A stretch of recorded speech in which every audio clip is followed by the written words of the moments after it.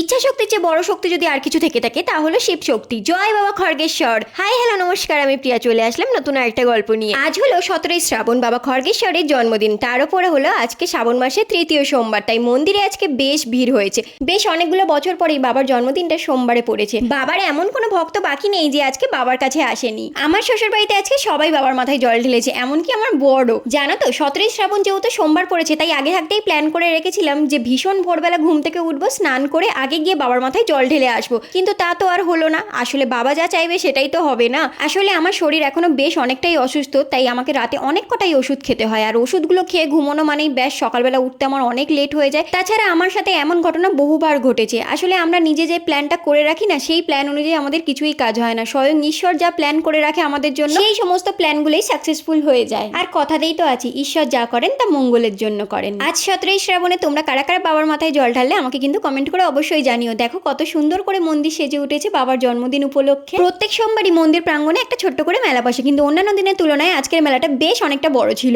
অনেকগুলো খাবারের দোকান ছিল, অনেক জিনিসপত্রের দোকান ছিল, কিন্তু আমি মেলা থেকে আর কিছু কিনলাম না। আসলে জিনিস কিনে কিনে আমার ঘর পুরো ভর্তি করে ফেলেছি। এবার আমাকে একটা ঘর বানাতে হবে জিনিসপত্র রাখার জন্য। ভিডিও ভালো লাগলে লাইক শেয়ার কমেন্ট করে আমাকে ফলো করে নিও। টাটা।